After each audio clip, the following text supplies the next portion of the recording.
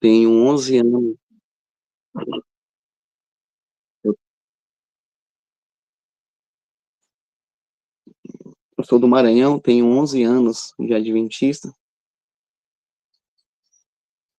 Hoje, atualmente, né, eu moro numa chácara aqui em Santo Antônio de Jesus, na Bahia. Hoje estamos na Bahia, em Santo Antônio de Jesus, a 200 quilômetros de Salvador. E eu nunca participei, assim, de uma, né, apesar que eu conheço muita gente, né, muitos irmãos nossos de ministérios, né, aqui mesmo, aqui pertinho de nós, né, que a gente visitou e também fez um mini congresso, vamos dizer assim, aqui na casa da irmã, né, que a gente conhece como doutora Miriam. Ela mora aqui perto da gente. Conheço a Rose, o Julimar, mas diretamente, assim, participar de um ministério, nós nunca participamos. A gente tem ajudado, né, vamos dizer assim, a gente tem participado, mas um pouco distante, certo? De longe. Então, a gente tem apoiado alguns que a gente conhece. E, como eu disse, hoje atualmente a gente mora aqui na Bahia, e inclusive a gente tem vínculo aí, né? Ainda mais porque minha esposa, ela é, ela é psicóloga, então ela faz parte do grupo da Célia, onde possivelmente ela atuará ali na Barra do Choça, no IAG, com a clínica Tranquilamente. E assim, nós estamos no aguardo, né? A gente tem apoiado dessa forma, né? Então, apesar que a gente não é conhecido assim, né? Nós não somos conhecidos, mas muitos irmãos nos conhecem, né? Muitos irmãos. Tanto é que eu louvo a Deus por conhecê-los, né? Por ter uma amizade de aproximação, assim, do Jolimar, da Rose, que a gente conheceu há muito tempo atrás. Muito tempo atrás não, né? Assim, uns 8 anos, 9, 10 anos, por aí. São pessoas que moram no nosso coração. Então, é, vocês também, né? Eu acho que é a terceira vez que eu venho aqui passar a mensagem com vocês. E vocês já moram no nosso coração, nós gostamos muito da Sala Conectar e de compartilhar um pouco da experiência de vida nossa, né? O nosso maior ministério é no nosso lar, entre nosso campo missionário, em primeiro lugar, né? A minha esposa, meu filho, nosso lar, e Deus guiando todas as coisas, né? Então, a gente tem dedicado a nossa família mesmo, na experiência nossa individual com a palavra de Deus. Enfim, é isso, um pouco de mim aí. Nós congregamos na igreja, né? Fazemos parte aqui de um distrito, nós fazemos parte de uma igreja central, onde a gente ajuda muito, né? A gente tem apoiado bastante também a igreja, principalmente a igreja, porque tem muita gente ali que não tem esse conhecimento ao qual nós temos o privilégio de ter, né? Eu não vou dizer nem que é como tem se disseminado bastante, que é uma opressão de consciência, pode até ser, mas eles são oprimidos pelo próprio pecado que há no coração de cada um. Então, é isso que nos prende, essa, essa é a opressão de consciência, né? A gente não tem liberdade por conta do pecado. Porque se nós quisermos ter liberdade de consciência, é só olhar para a cruz do Calvário. Ele nos dá a verdadeira liberdade de consciência. Então, né, dando continuidade aos nossos estudos, tá um pouquinho frio aqui, nessa região aqui, nessa época faz um pouco de frio. Então, nós vamos falar da continuidade com o tema Vencendo o Mundo. Esse tema surgiu há uns 2 meses, talvez, atrás, quando eu me deparei com o seguinte verso. Eu quero que os irmãos abram a Bíblia em 1 João, 1 João, capítulo 5. Eu vou dar um tempinho assim, mais ou menos uns 10 segundos. Os irmãos, tenho certeza que tem muita intimidade com a palavra de Deus. E 10 segundos acho que é o suficiente aí. Então, 1 João, capítulo 5. 1 João, capítulo 5, verso 4. Eu não sei em que livro eu estava lendo, não sei, não me lembro exatamente, mas eu lendo a palavra de Deus, eu estava lendo, né, o capítulo 5 de 1 João, eu me deparei com esse verso e eu não consegui mais ler a sequência, né, aqui. E eu parei nele. E assim, é um verso que me chamou muita atenção. Por quê? Ele diz exatamente o seguinte: porque todo o que é nascido de Deus vence o mundo. Essa é a vitória que vence o mundo, a nossa fé. Irmãos, esse verso é muito profundo. Ele fez, sabe, quando você lê algo da palavra de Deus, que você vê ali diretamente, a primeira análise que você faz de um verso, todos os versos, é o próprio Deus falando conosco. Nós temos repetido isso aqui. Então, eu vejo assim, Deus, naquele momento, ele estava falando comigo. E eu me perguntei, Senhor, o que o Senhor quer falar para mim através desse verso? E eu comecei a ficar refletindo nesse verso. Eu fiz uma reflexão por muito tempo nesse verso. Talvez quase uma semana, somente esse verso aqui. E todo dia eu pegava ele e lia esse verso e ficava refletindo. O que o Senhor quer, Senhor? Aí começava, Deus nos responde dessa maneira, no silêncio, na quietude ali, né? Ali, nas 4 horas da manhã,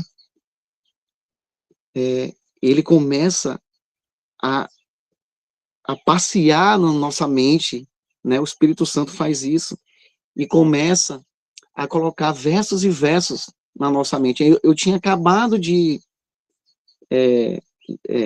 refletir também em Abacuque 2,4, como a gente, né, que foi de Abacuque 2,4 que eu também refletindo naquele verso, surgiu o Fé Viva, né? E aí eu tinha acabado de fazer esse sermão, né? E aí eu comecei a pensar em vários versos. Senhor, será que é isso mesmo? E aí eu ficava pensativo demais na minha vida passada. Me fez, me remeteu, né, ao passado, desde a minha infância, sabe? Aquela história da sua vida toda, né? Passou na minha frente. E aí surgiu essa mensagem. Algo interessante que eu quero compartilhar com os irmãos antes de entrar nessa mensagem é que ontem o irmão James e o irmão Adriano, foi um deles dois, né? Eu presto muita atenção no que os irmãos falam, porque entra no coração também, né? Esse compartilhamento, né, entre os irmãos, é por isso que a gente tem que congregar e ter a humildade de escutar, né? E eles falaram coisas muito interessantes, né, que é de costume, né, entre nós, né, vamos supor assim, que a gente se denomina, na verdade, presente. Comentar, são coisas profundas. Então, assim, eu quero compartilhar com vocês, eu não falei ontem, mas eu deixei de falar para falar hoje, né, está em desejado de todas as nações. A gente vem enfatizando a palavra, está na fé, está em Cristo, e a palavra, né, vem pelo, essa habitação de Cristo em nós vem pelo ouvir a palavra de Deus, a fé vem pelo ouvir, né? Então, eu eu eu peguei ontem mesmo, eles na fala, né, na contribuição me remeteu a esse, logo certo, né? Eu fui indesejado de todas as nações. E eu refleti naquela citação da irmã White, há um tempo atrás, que ficou no meu coração. Eu não quero perder uma só palavra, eu vou ler para os meus irmãos. Está lá no Desejado, né, como eu disse. O meu livro é um pretinho, é um grosso preto, né? Mas eu creio que é a mesma referência, né, do vermelho. O do cinza, eu já não sei dizer que eu não tenho. E quem tem um aplicativo é na página 270 e 271. No livro, ele está na 390, 391. Certo? Dadas as referências, eu vou ler aqui. Olha só. A vida de Cristo, que dá vida ao mundo. Olha como ela começa. Cristo dá vida ao mundo. A vida de Cristo, que dá vida ao mundo, acha-se em sua palavra. Ela bota a palavra em letra maiúscula, significando que a palavra é Cristo. Então, era por sua palavra, né? Sua palavra, que Cristo curava a moléstia e expulsava os demônios. Por sua palavra, acalmava o mar e ressuscitava os mortos. E o povo dava testemunho de sua palavra, que sua palavra tinha poder. Ele falava a palavra de Deus, como fizera por intermédio de todos os profetas e instruidores do Antigo Testamento. Aí, isso aqui me remete a 1 Pedro 1:11, que o Espírito de Deus já habitava nos profetas e nos patriarcas. Cristo já fazia a obra de redenção. Era a esperança da glória, Cristo em nós. Então, Cristo já habitava, o Espírito de Cristo diz lá, que já habitava naqueles homens. Então, continuando, toda a Bíblia é uma manifestação de Cristo. Toda a Bíblia, cada verso, cada palavra, cada letra, cada sílaba, é uma representação de Cristo. É uma manifestação de Cristo. E o Salvador desejava fixar a fé de seus seguidores na palavra. Quando sua palavra, quando sua presença visível fosse retirada, a palavra devia ser sua fonte de poder. Lembram? Nem só de pão viverá o homem, mas de toda a palavra, porque a palavra é Cristo, é o verbo.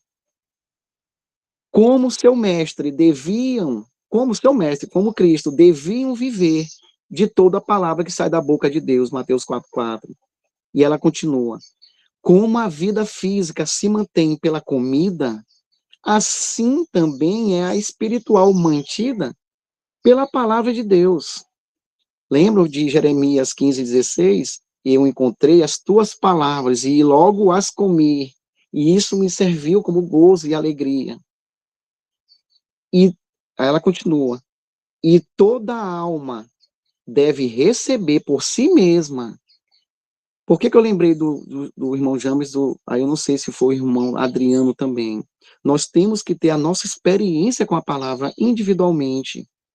Nós não podemos, né, eu mesmo, por exemplo, aqui na minha casa, no meu lar, eu não posso servir, né, eu me alimentando da palavra, né, eu posso até explicar a palavra para minha esposa, mas a experiência é individual, a salvação é individual, a nutrição vem por meio, como se fosse de comer a palavra, como a gente come, eu não posso comer e ao mesmo tempo eu comendo e nutrindo meu filho e minha esposa, eles têm que ter contato com a palavra de Deus para nutrir cada um individualmente. Olha a importância de ter contato com a palavra. E toda alma, ela continua, deve receber por si própria vida da palavra. Lembra que eu disse ontem que a palavra tem vida? A fé é viva. A vida, por si própria, a vida da palavra de Deus. Como temos de comer por nós mesmos, a fim de receber nutrição, assim devemos receber a palavra por nós mesmos. Isso me remete a uma outra citação da irmã White, está em 598 de Grande Conflito, né? E também Romanos, né, 14, 12 também, todos nós temos que prestar conta por nós mesmos perante Deus. Então, isso me remete também ao que ela diz em 598, que ela diz assim: temos que formar opiniões por nós mesmos, tendo em vista que vamos responder por nós mesmos perante Deus. Continuando. Não haveremos de obter simplesmente por meio de outra pessoa. Cumpre-nos estudar cuidadosamente a Bíblia, pedindo a Deus o auxílio do Espírito Santo, para que possamos compreender a palavra. Agora, olha que interessante. Aí eu vou voltar já para o verso, né, inicial do nosso sermão. Ela diz assim, e isso ficou no meu coração: devemos tomar um versículo e concentrar a mente na tarefa de averiguar o pensamento nele posto por Deus para nós. Olha que lindo, a gente tem que refletir na promessa de Deus. O que o Senhor quer falar para mim? Eu tenho aprendido isso por conta dessa leitura do desejado. Então, averiguar o pensamento de Deus posto por ele para nós. Convém demorar-se nesse pensamento, sobre este pensamento, até que nos apoderemos dele e saibamos o assim diz o Senhor. Olha que lindo. E aí, na página 391, ela diz, eu só grifei o principal aqui, né? Mas vocês podem ler na íntegra. Ela diz assim, depois de tudo isso, a palavra de Deus, quando ela é recebida na alma, molda os pensamentos e entra no desenvolvimento do caráter. É muito profundo isso.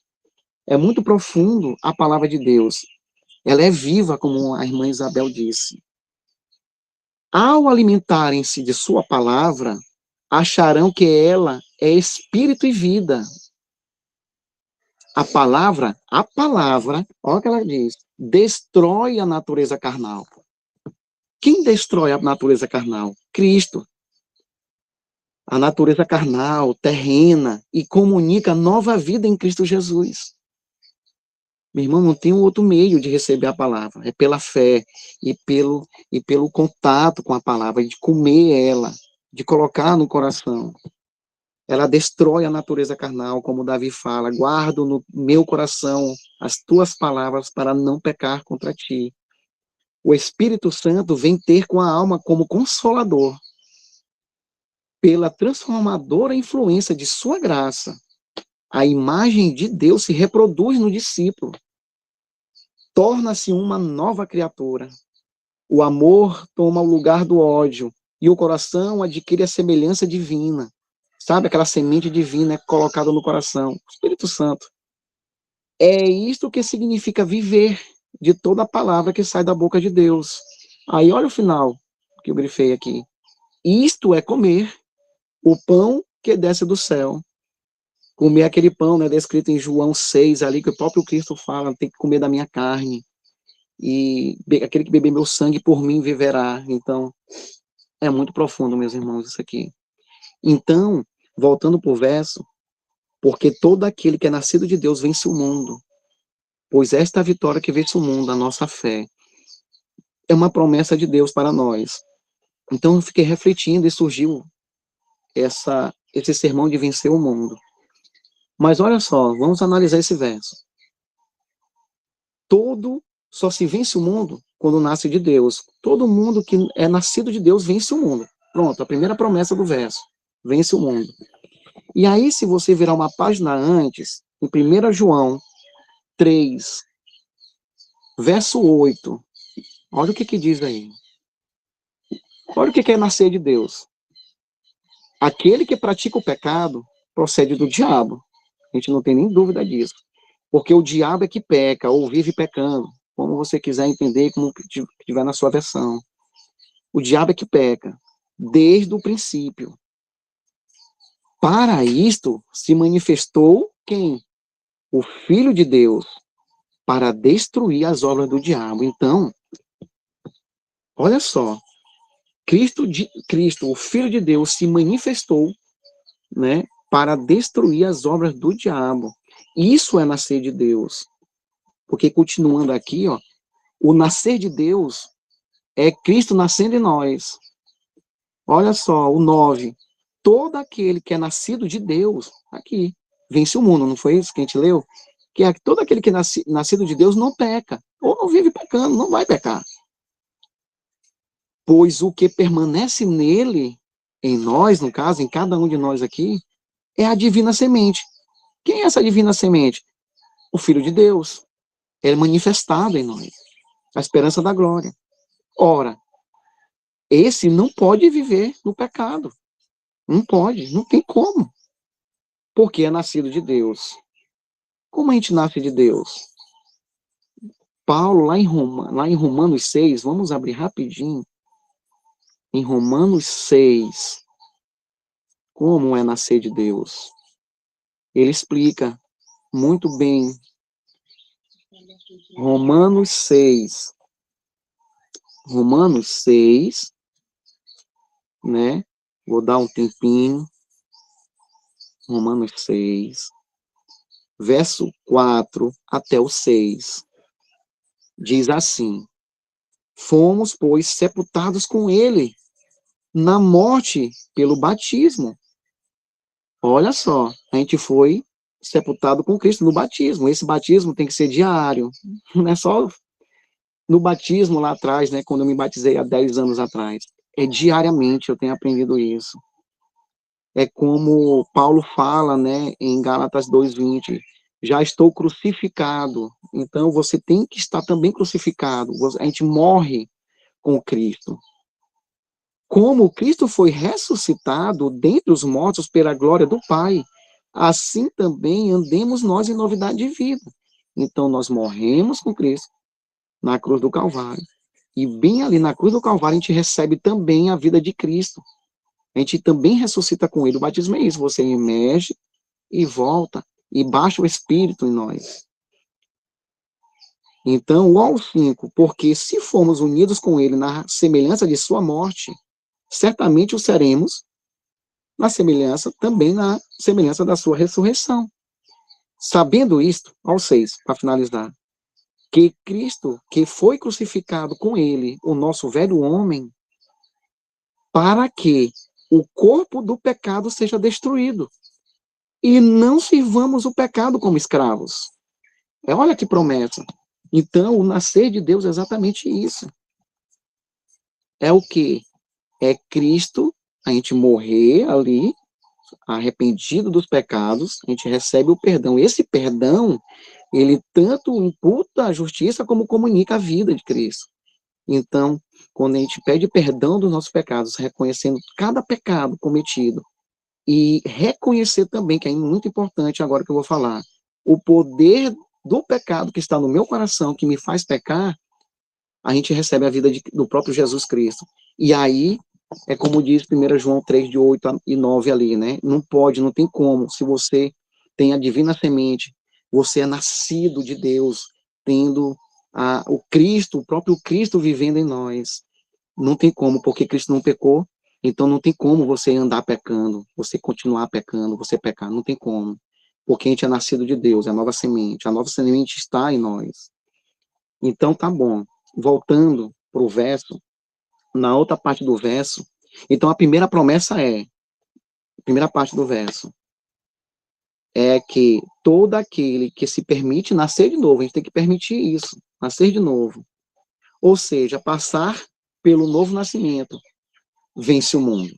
Esse vence o mundo, esse está habilitado para vencer o mundo, porque Cristo venceu este mundo, por nós. A segunda análise desse verso está na parte final.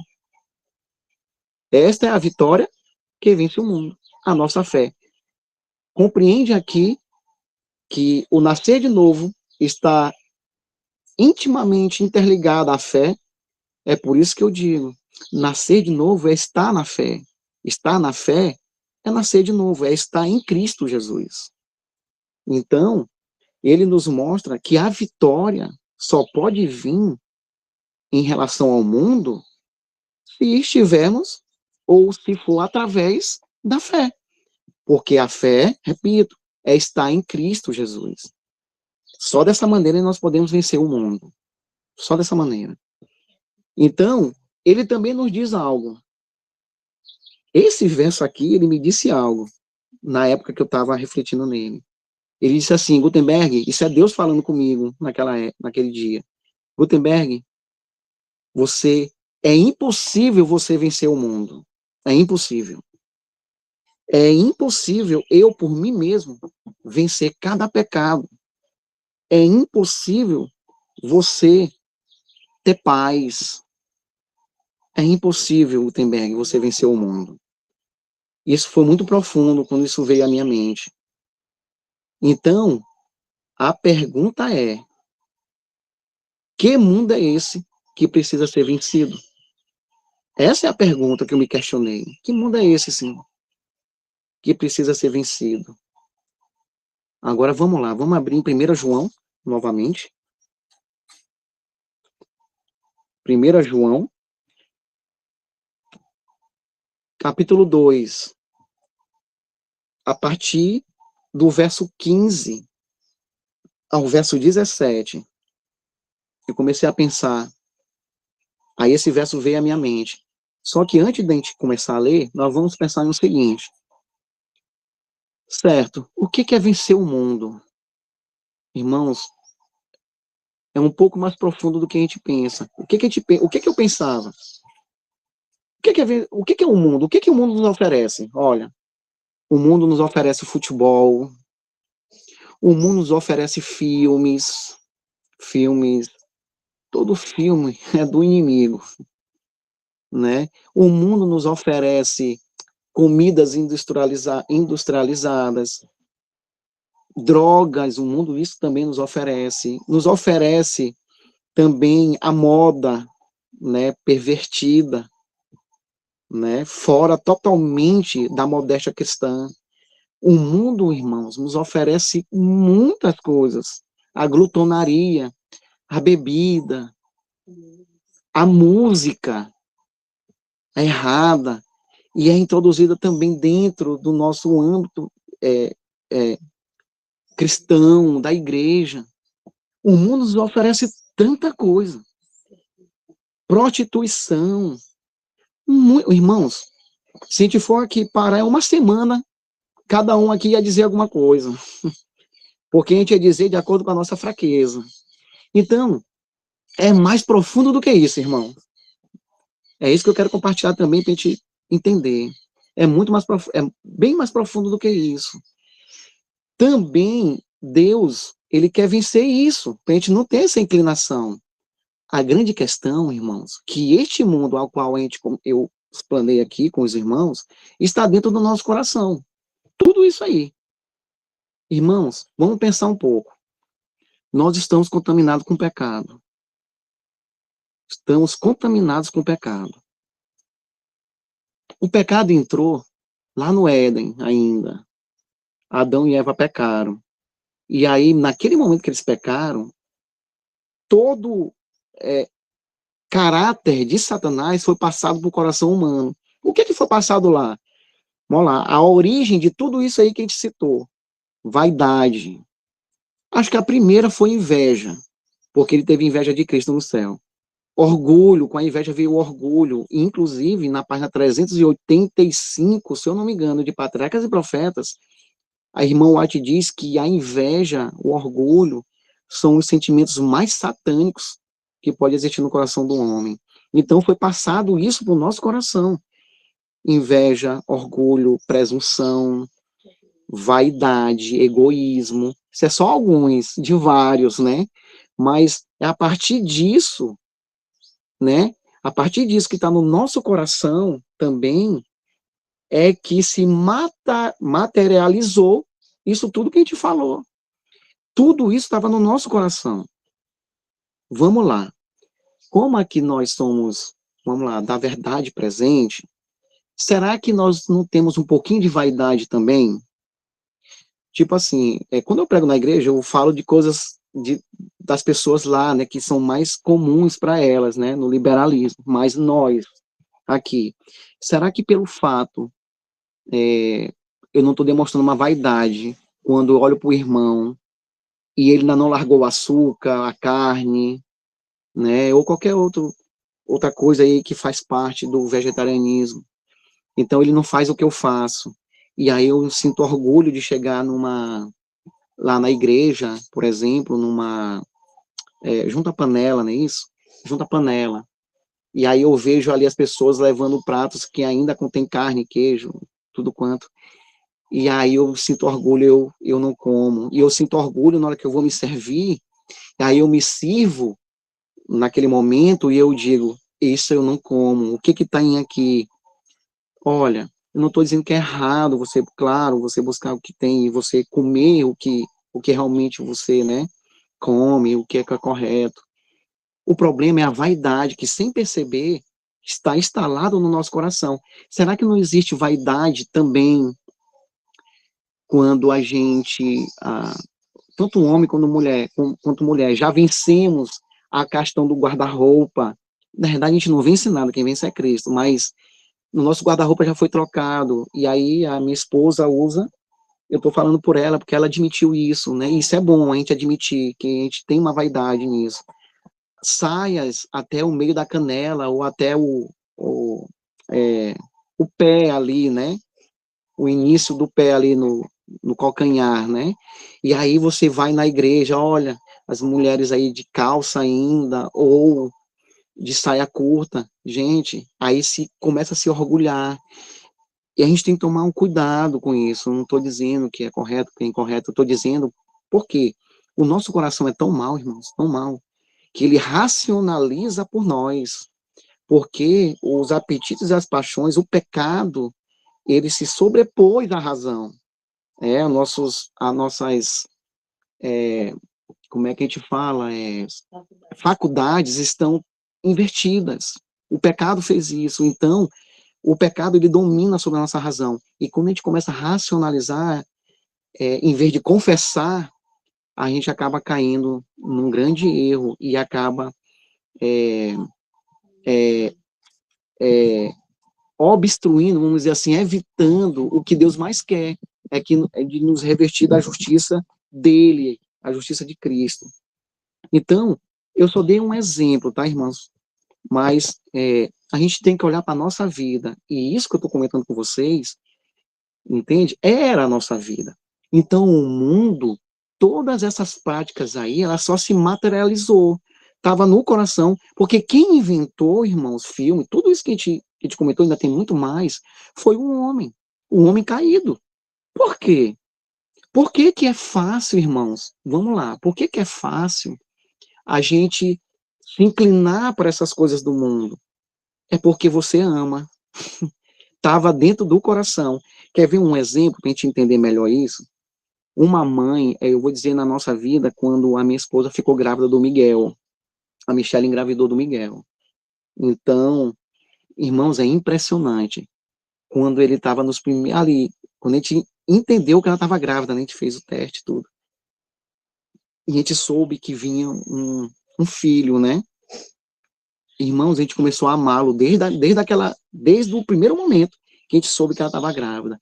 Então, a partir do momento que começa a barriga a crescer, o nosso amor vai aumentando, porque a gente sabe que aquela criaturinha, vamos dizer assim, né, aquele filho vai sair dali.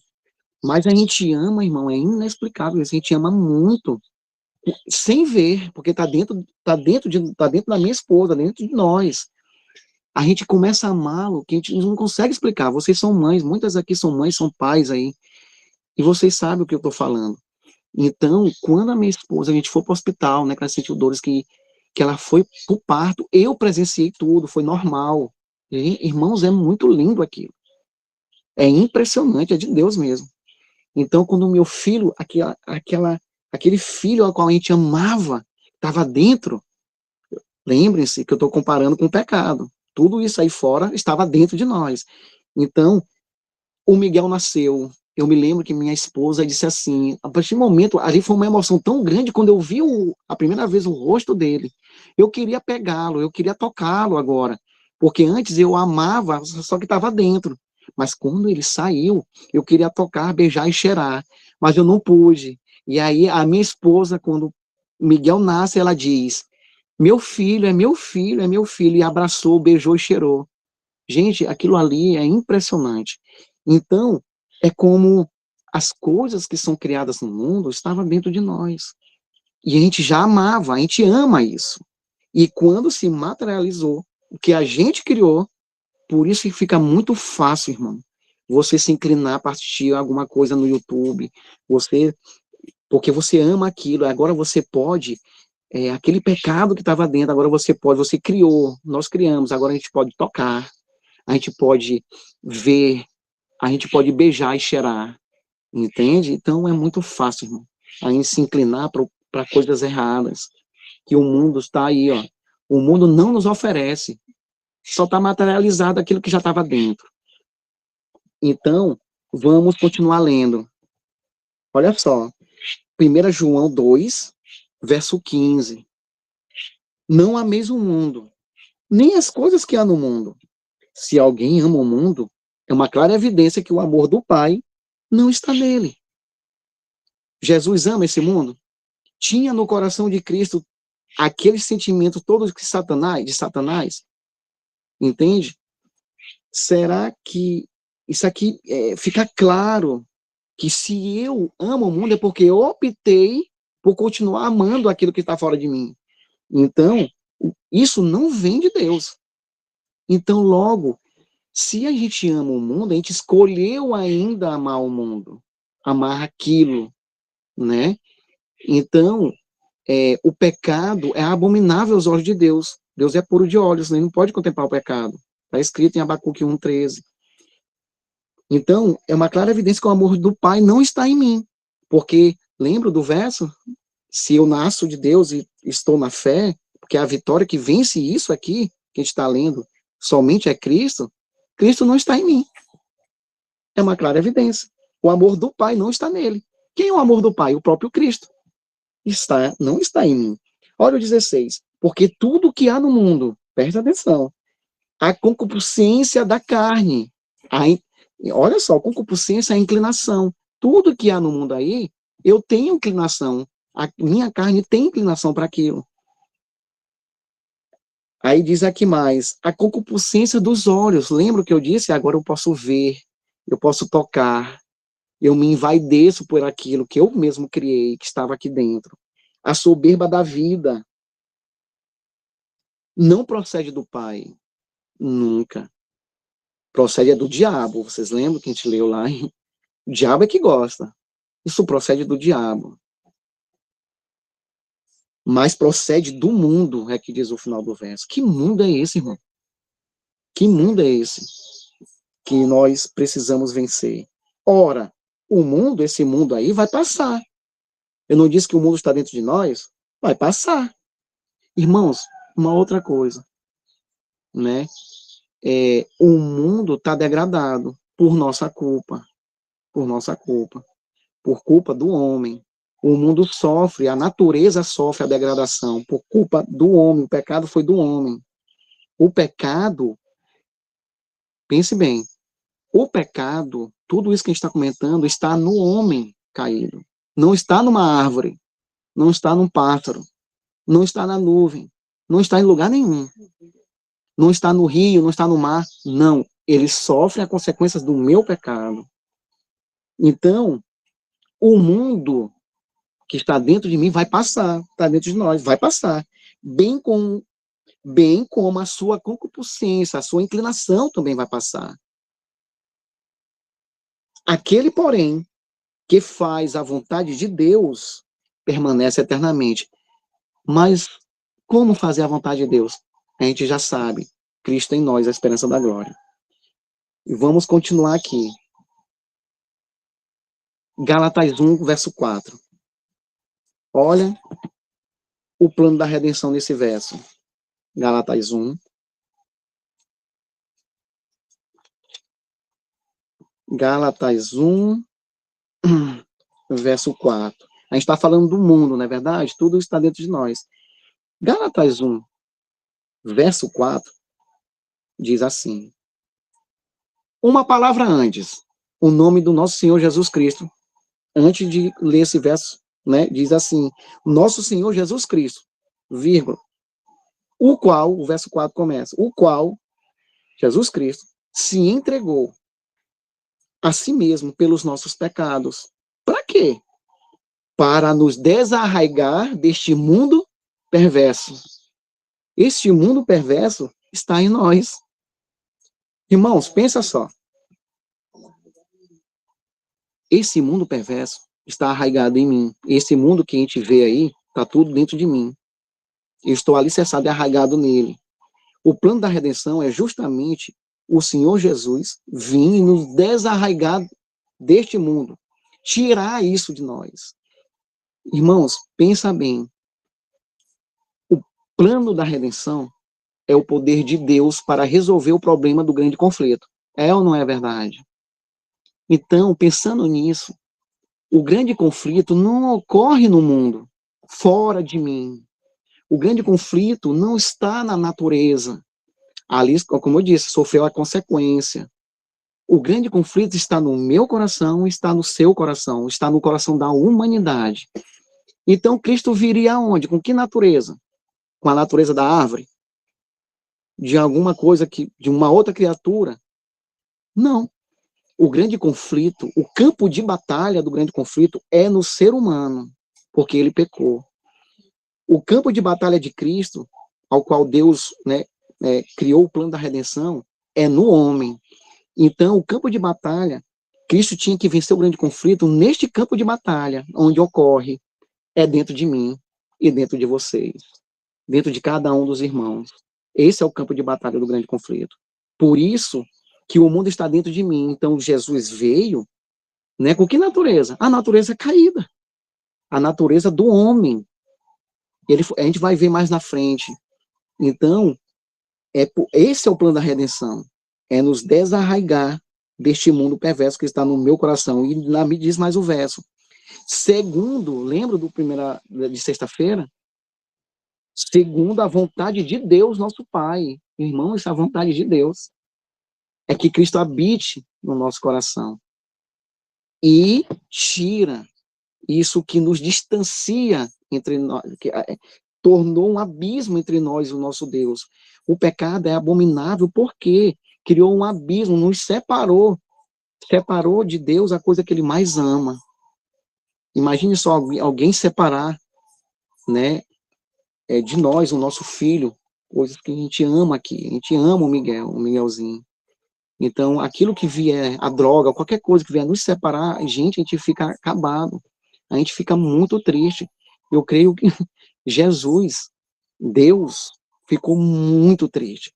E ele odeia o pecado. Ele abomina o pecado. O odiar aqui é santo, entende?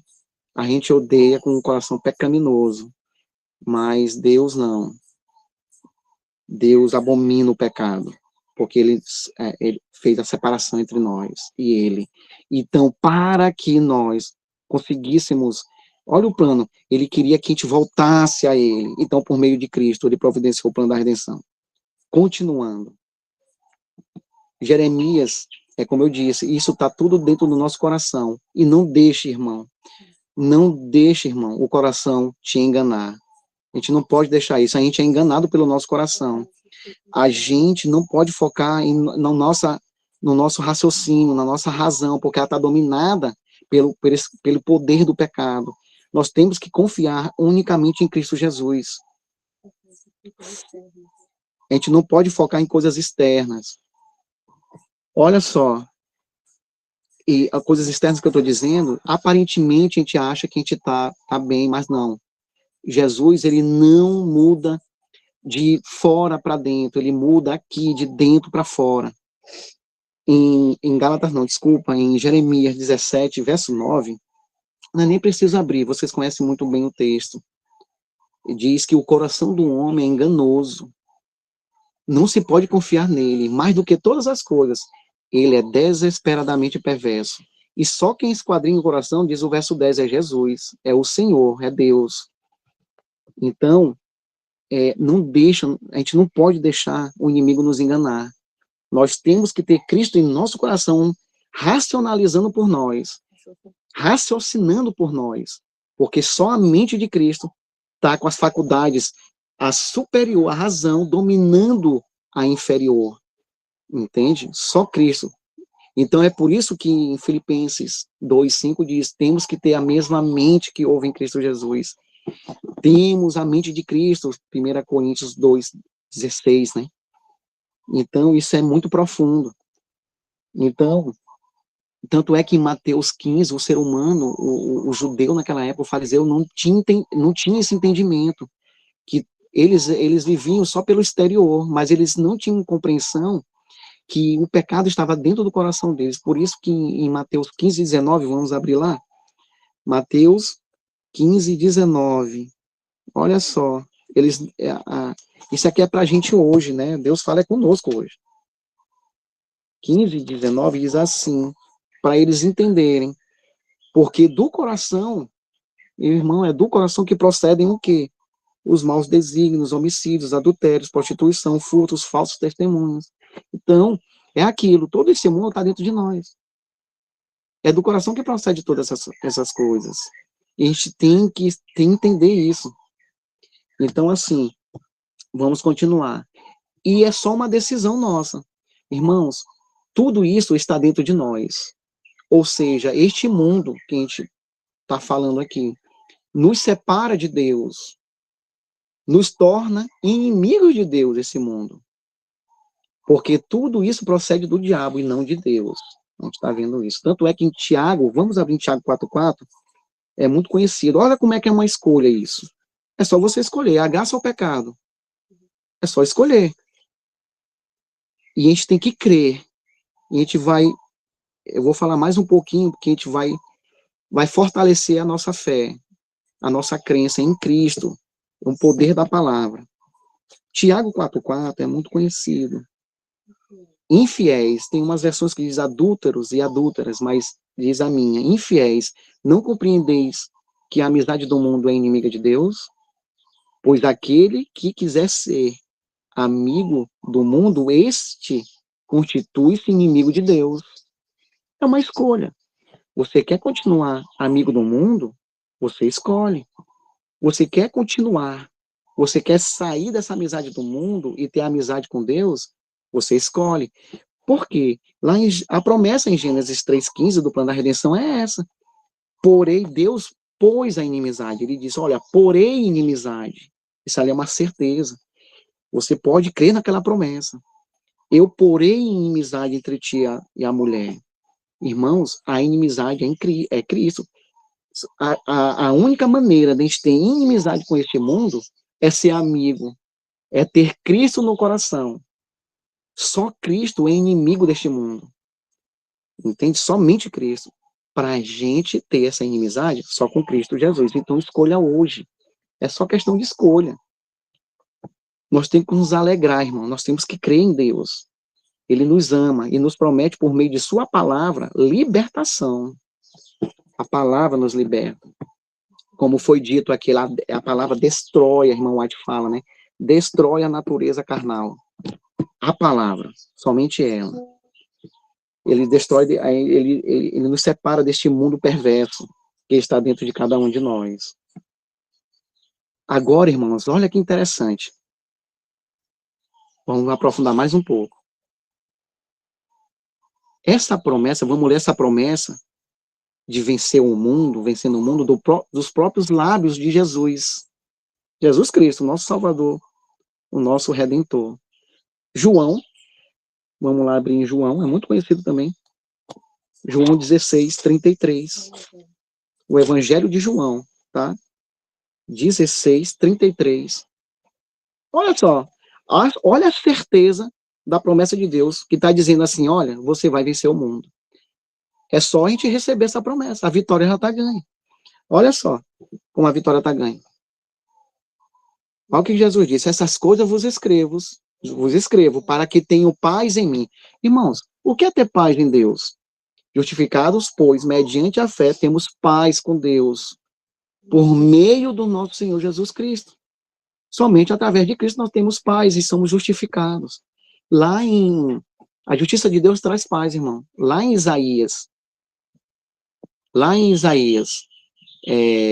17, 32:17, diz assim, A justiça nos dá paz, a justiça de Deus nos traz paz. O efeito da justiça, repouso e segurança para sempre. Olha que promessa. Então, isso, a gente tem paz. Deus diz tudo isso para a gente ter paz. Entende? E outra, lá em Isaías 26:12, lá diz, Senhor, concede-nos a paz, pois todas as nossas obras, tu as fazes por nós. Tu, Senhor, as fazes por nós. Então, a gente tem que confiar inteiramente a nossa vida a Cristo Jesus, porque esta obra de vencer, de vitória, ela é exclusivamente de Cristo. Então, não tem como a gente se gloriar porque a gente largou isso ou aquilo outro, ou a gente deixou de fazer aquilo. Não tem como se gloriar. Quando a gente está na fé, a jactância é excluída, diz Paulo em Romanos 3:27. A fé, na fé, meu irmão, toda jactância é excluída. Não tem jactância. Então, é como Paulo fala, se algo a gente tem que se gloriar, a gente tem que se gloriar em quem? Em Deus, em Cristo Jesus, porque Ele é que vence por mim. Então, vamos lá, continuando o verso. Continuando o verso 16:33 de João, diz assim, no mundo passais por aflições, mas tem de bom ânimo. Quem venceu o mundo por nós? Quem venceu esse mundo que está dentro de nós? O próprio Jesus. Eu venci o mundo. Tem de bom ânimo. Eu venci o mundo. Por que a gente vai ficar aflito? Por que desanimar? Por que não jogar o nosso jugo nos ombros de Cristo? Porque ele disse que, ó, eu venci esse mundo que está dentro de você. A gente fica lutando sozinho, irmãos. Pensa numa coisa uma situação que eu vivenciei. Lutei muito sozinho. E a glória, às vezes, de vencer algo, eu roubava para mim. Era uma clara evidência quando eu acusava o irmão que não estava fazendo. Ixi, eu não estava com Deus, irmão. As minhas obras estavam contaminadas com pecado. Então, Jesus venceu o mundo. Essa é a promessa. Vamos lá. É como eu disse, irmãos, Cristo, ao campo de batalha, eu vou até tirar um pouquinho aqui, começou a esquentar um pouco. Só aguarde um pouquinho.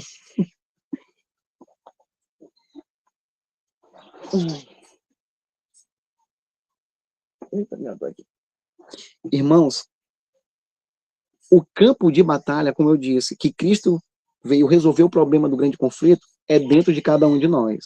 Esse é o campo de batalha. Então, ele tinha que vir como? Em nós. Simplesmente. Irmãos, olha só, nós vamos ver mais isso daqui a pouco, mas para explicar um pouco melhor. A lei exigia duas coisas do ser humano, né? A morte, porque a gente transgrediu ela. Então, a lei exige a morte do pecador, e a lei exige, ao mesmo tempo da morte do pecador, é que esse pecador tenha uma obediência perfeita. Só isso satisfaria as exigências da lei, essas duas exigências. Então, Cristo foi tocado pelo pecado. O mundo também estava aqui, estava nele. Ele veio na carne humana. Ele veio na carne humana. Então, ele tinha que ter algo de nós. Ele foi tocado pelo pecado, mas ele não foi corrompido. Vamos já ver isso. Então, a primeira exigência, ele foi tocado pelo pecado. Ele poderia morrer e pagar o preço do pecado no nosso lugar. E, ao mesmo tempo, a lei exigia que Cristo tivesse uma obediência perfeita. E ele teve essa obediência perfeita, então ele foi habilitado para morrer por cada um de nós. Então Jesus vivenciou isso. Irmãos, quando a gente aceita Jesus no plano da redenção, que a gente já viu aqui que morre, ressuscita, é crucificado com ele, é imputado e comunicado a sua justiça, a sua vida, a gente recebe toda a vida de Cristo, irmão. Cristo, há 2000 anos atrás, né, ele morreu em meu lugar, ele morreu em seu lugar, ele se revestiu do Gutenberg, pecador, ele se revestiu de cada irmão aqui que está ouvindo essa mensagem, ele era você. Irmãos, essa vitória está ganha. É só a gente receber, é só crer. Então, assim, a partir do momento que a gente recebe Cristo, o que acontece? A gente recebe toda a vida de Cristo. Cristo Jesus, ele foi batizado no ventre de Maria. Ele recebeu o Espírito Santo. A gente também pode receber o Espírito Santo aqui hoje. Se você, caso se arrepender, não é isso? E se batizar, você recebe o Espírito. Então, assim, Cristo Jesus, quando saiu da barriga de Maria, né, ele cresceu em graça e sabedoria, como fala Lucas. Graça e sabedoria, irmão. A gente recebe toda essa vida de Cristo desde quando ele nasce, desde quando ele cresce. E Cristo Jesus viveu com a inimizade contra o mundo, ele destruiu o mundo que estava dentro do ser humano. Ele destruiu, ele não corrompeu.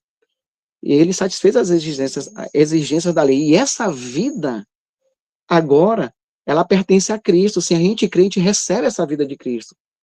Essa inimizade contra Satanás também a gente pode receber através da vida dele. Então, assim, ele viveu toda aquela vida e não morreu, ele não ressuscitou, não passou, o corpo não foi glorificado, a gente também vai ser do mesmo jeito. Quando a gente, pela fé, a gente recebe essa vida de Cristo, a gente também começa a crescer em graça e sabedoria, porque ele foi eu há 2000 anos atrás, entende? Ele garantiu essa vida por mim. É como uma planta, irmão. Ela germina, você está morto, a semente está morta, mas ela germina pelo poder de Deus, ali. E quando ela germina, ela começa a crescer, ela nasce a primeira folhinha. Ela não está perfeita? Ela está perfeita. Na estatura física dela, ela está perfeita. Então ela vai crescendo, dá a primeira flor, o primeiro galinho. Em todos os momentos da fase de uma árvore, ela é perfeita. E assim somos nós. Quando a gente recebe a vida de Cristo, essa semente, lembra da semente? A divina semente? Então a gente passa a receber e a crescer também em graça e sabedoria. A gente recebe a própria vida de Jesus. E nós vamos ser perfeitos em todas as fases. Porque só quem é perfeito, irmão, é Cristo. E essa perfeição está disponível para cada um de nós, se a quisermos receber. Toda a vida de Cristo. Então a gente passa todos os momentos, em graça e sabedoria, a gente cresce. E aí, quem morre não vai ressuscitar, não? Jesus não garantiu isso na cruz do Calvário e não ressuscitou no terceiro dia? Então, é uma garantia que nós também, como ser humano, vamos ressuscitar. Então, ele vai nos ressuscitar. E sem a mancha do pecado. Mas hoje, sem a natureza, o poder do mal, né? Aquela natureza pecaminosa vai, na glorificação, na vinda de Jesus, a gente vai ser transformado e a nossa carne corruptível vai se transformar em incorruptível. Então, assim, mas por enquanto, a gente em vida, a gente pode viver como Cristo. Essa é a garantia de vencer o mundo, porque Cristo venceu. Então é só receber, entende?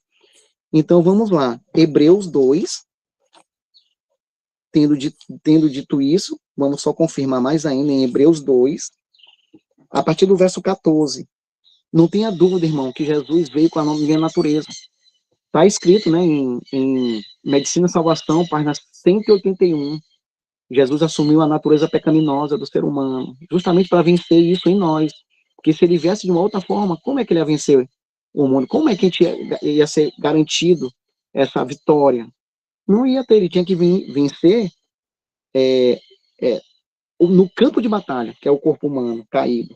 Olha só, Hebreus 2,14 diz assim: visto, pois, que os filhos têm participação comum de carne e sangue. Com quem? Com Cristo. Destes também ele igualmente participou, igualmente, para que por sua morte destruísse aquele que tem o poder sobre a morte, a saber, o diabo. Irmão, é como a gente tem dito aqui. Quer destruir a natureza carnal por meio de Cristo Jesus, por meio da palavra. Ele destrói a natureza porque ele destruiu isso. Ele fez essa obra em nós. E livrasse todos que, pelo pavor da morte, estavam sujeitos à escravidão por toda a vida. Lembra que de Paulo fala lá em Romanos 7,14? A lei é espiritual. A gente só pode guardar a lei através do Espírito, né? Eu, todavia, sou carnal. Vendido à escravidão do pecado. Nós estamos sob a escravidão do pecado, irmão. Estamos sem possibilidade nenhuma de vencer pelas nossas forças. Mas, olhando para Cristo, não vejo como me perder, irmão. Porque Cristo vence isso por mim. Ele me livra dessa escravidão. Porque é todo aquele que comete pecado é escravo do pecado, né? João 8,34. Então, Cristo nos liberta, João 8,32, né? Então, assim, pois ele, 16, evidentemente não socorre anjos, mas socorre a descendência de Abraão, nós. A descendência de Abraão. Isso aqui é um outro assunto que a gente poderia aqui falar, é mais um sermão. Por isso mesmo, convinha que, em todas as coisas, se tornasse semelhante aos irmãos. Todas as coisas. É igualmente, como diz lá no verso 14. Para ser misericordioso, fiel sumo sacerdote nas coisas referentes a Deus, e para fazer propiciação pelos nossos pecados. Pois naquilo que ele mesmo sofreu, tendo sido tentado, ele é o único que é poderoso para socorrer os que são tentados. E olha aqui no capítulo 4, verso 15 e 16. Porque não temos um sacerdote que não possa compadecer-se das nossas fraquezas. Antes, foi ele tentado em todas as coisas, a nossa semelhança. Mas sem pecado, sem a mancha. Ele é eis o Cordeiro de Deus que tira o pecado do mundo. Quando o Cordeiro era levado, ele tinha que estar sem mancha. Apesar que ele era igual a nós. Ele foi tocado pelo pecado e tinha que, para morrer, ele tinha que ser igual a nós. Ele tinha que ter algo de nós para satisfazer a primeira exigência da lei, né? Ora 16, acheguemos-nos, portanto, confiadamente, junto ao trono da graça, a fim de recebermos misericórdia e acharmos graça para socorro em ocasião oportuna. Irmão, essa busca aqui em ocasião oportuna, de receber essa graça, é o tempo inteiro. Lembra quando eu disse ontem, que a gente tem que ir morrendo com Cristo? Em todos os momentos, cada segundo, cada minuto, nós temos que passar por isso bem aqui. Em ocasião oportuna, ei, quando você for por campo de batalha, o campo de batalha aqui, o principal meu aqui é dentro do lar. Quando eu vou falar com a minha esposa ou com o meu filho, antes de falar com eles, eu tenho que me revertir da justiça de Cristo, para poder não magoá-los, entende? Porque eu mesmo, sozinho, eu vou magoar. E eu tenho que ir com Cristo, eu tenho que me revertir da sua justiça. Quando eu sei, irmão, todo mundo aqui sabe quando vai se irritar.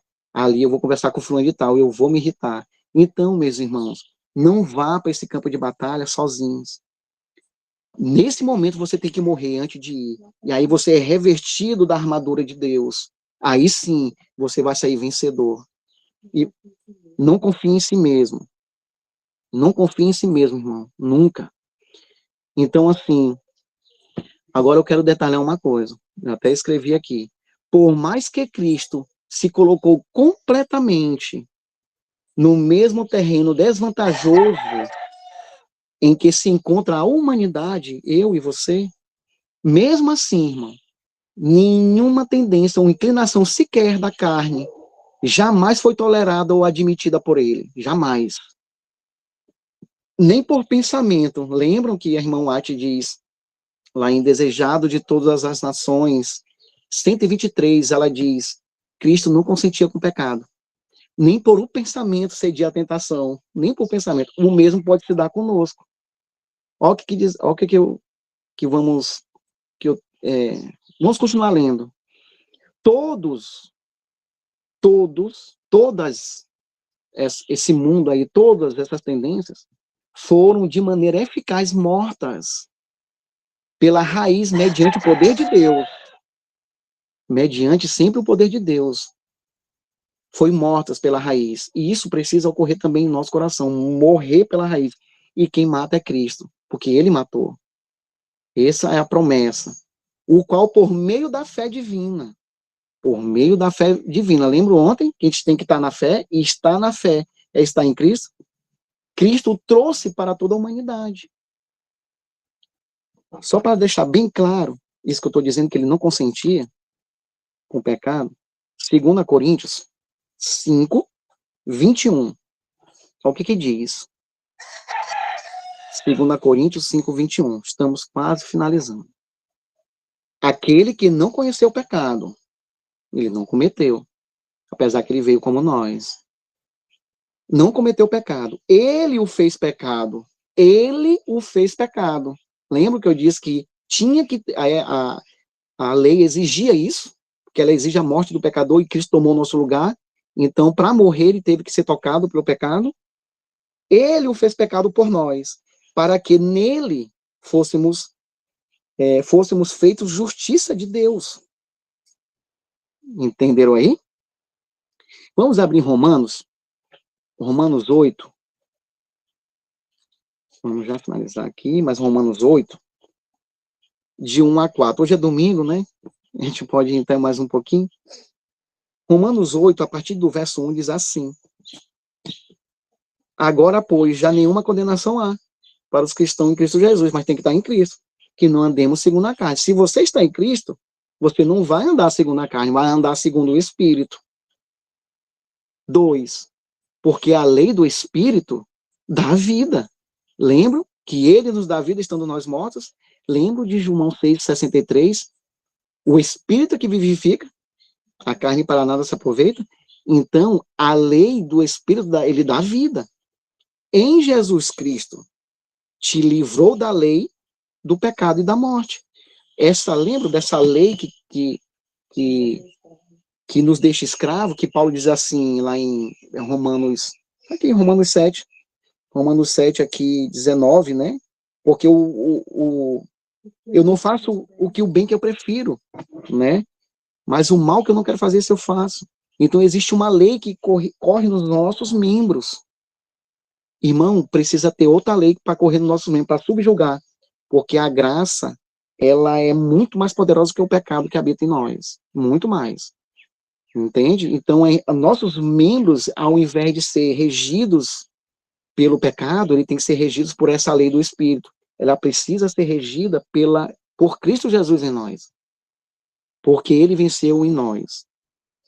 Olha só, o verso 3. Portanto, o que for impossível à lei, o que foi impossível à lei? Não tem como, irmão, você olhar para a lei e tentar guardá-la. É impossível a lei fazer você guardá-la ela mesma. A lei não pode fazer esse milagre. Ela te mostra o pecado. Sobreveio a lei para que se avultasse o pecado, não é verdade? Então, assim, a lei ela não tem o poder de te tornar justo. Ela não tem esse poder. Ela não é função dela. Ela te mostra o tanto que tu é pecador, que tu precisa morrer. E tu precisa de uma obediência perfeita. E olha, mediante isso, olha o que Deus fez. Ela estava enferma pela carne. Isso fez Deus enviando o seu próprio filho, em semelhança de carne pecaminosa. E no tocante ao pecado, e com efeito, condenou Deus na minha carne o pecado. Então, Cristo Jesus destruiu o pecado na humanidade. Por isso que em Romanos 5 vai dizer ali a partir do verso 17 para frente, vai dizer que Cristo Jesus é como se fosse uma figura representativa de obter justiça. Então, através de Cristo, a aceitação de Cristo, todos nós, através de Cristo, nos tornamos justos. Porque através de Adão, todos nós nos tornamos pecadores. E a justiça só vem através de Cristo Jesus. Então, Deus destruiu na carne o campo de batalha. Então, esse grande conflito, ele foi vencido na carne humana, quando Cristo habitou nela. Venceu o pecado na carne. A fim de quê? A fim de que o preceito da lei, lembra que eu disse que a lei não pode te tornar justo, ela não pode te fazer guardar ela própria, para que o preceito da lei se cumprisse em nós. Jesus cumpriu a lei. Então, o plano da redenção é justamente isso. A gente começa a cumprir a lei, mas é Cristo que cumpre em nós, porque aqui diz que não andemos segundo a carne, mas segundo o Espírito. Irmão, a gente tem que andar em Espírito. Olha essa promessa, para deixar bem claro isso em Gálatas. Vamos abrir em Gálatas, porque quando a gente tenta o argumento é bom, mas quando a palavra de Deus fala, é o próprio Deus falando, irmão. E isso me anima. Isso enche o nosso coração. Gálatas é nosso coração de esperança, né? Cristo faz tudo, irmão. Gálatas 5, 16. Olha só que promessa.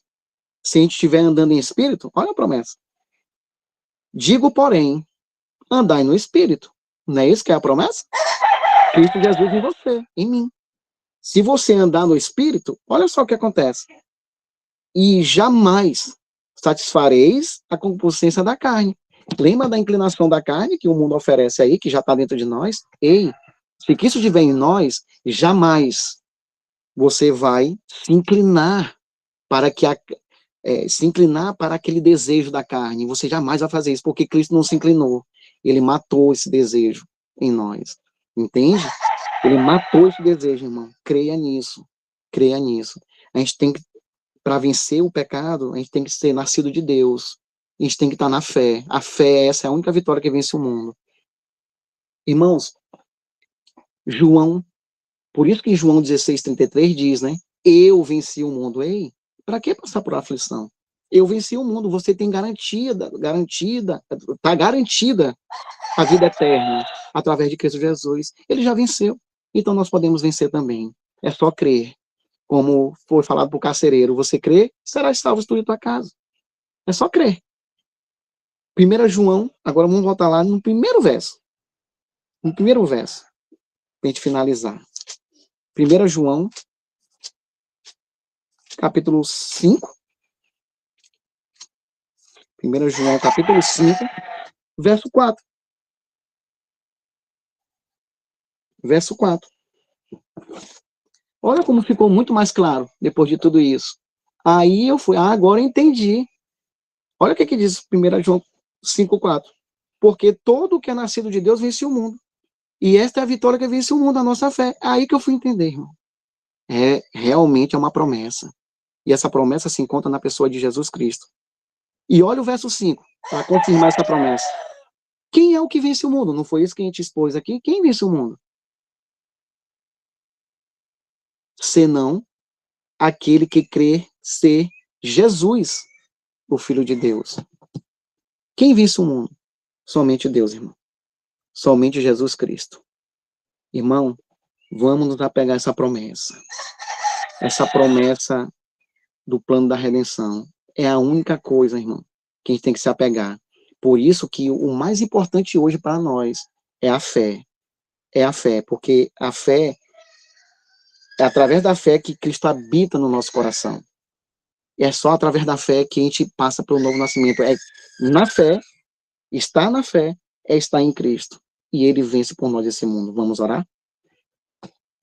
Vamos nos ajoelhar e vamos fazer uma oração. Eu espero que tenha sido claro. A palavra de Deus é cheia de promessas, e promessas diretas de Deus ao nosso coração. Senhor nosso Deus, Pai amado, muito obrigado por essa promessa maravilhosa, Senhor. Muito obrigado por aqui está se findando, esses 3 dias que a gente passou junto, compartilhando aqui pedido de orações, compartilhando experiências de vida, compartilhando a sua palavra, Senhor. Muito obrigado por essa oportunidade. Nos enriqueça cada vez mais de Cristo Jesus, Senhor.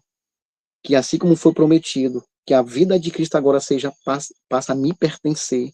O Senhor venceu por mim. E aquela vida de Cristo, ao qual Ele cresceu em graça e sabedoria, nós possamos crescer em graça e sabedoria. Esse é o processo de santificação. Santificação também é pela fé, Senhor. É ter a certeza que na cruz do Calvário a gente recebeu tanto essa justiça imputada como comunicada. Muito obrigado por saber que Cristo permanece em mim. A partir do momento que eu creio, Senhor, e a todo momento, a cada segundo, faça, Senhor, com que a gente não esqueça que precisamos do Senhor a cada segundo, a cada momento do nosso dia, para que possamos sair vencedor deste mundo que está dentro de mim. Muito obrigado por tudo. Abençoe a cada irmão aqui, Senhor. E nos dê uma boa semana na tua presença. Em nome e por amor de Jesus. Amém. Amém. Glória a Deus. Amém. Louvado seja Deus. Glória a Jesus. Palavra linda, né? Falar de Jesus.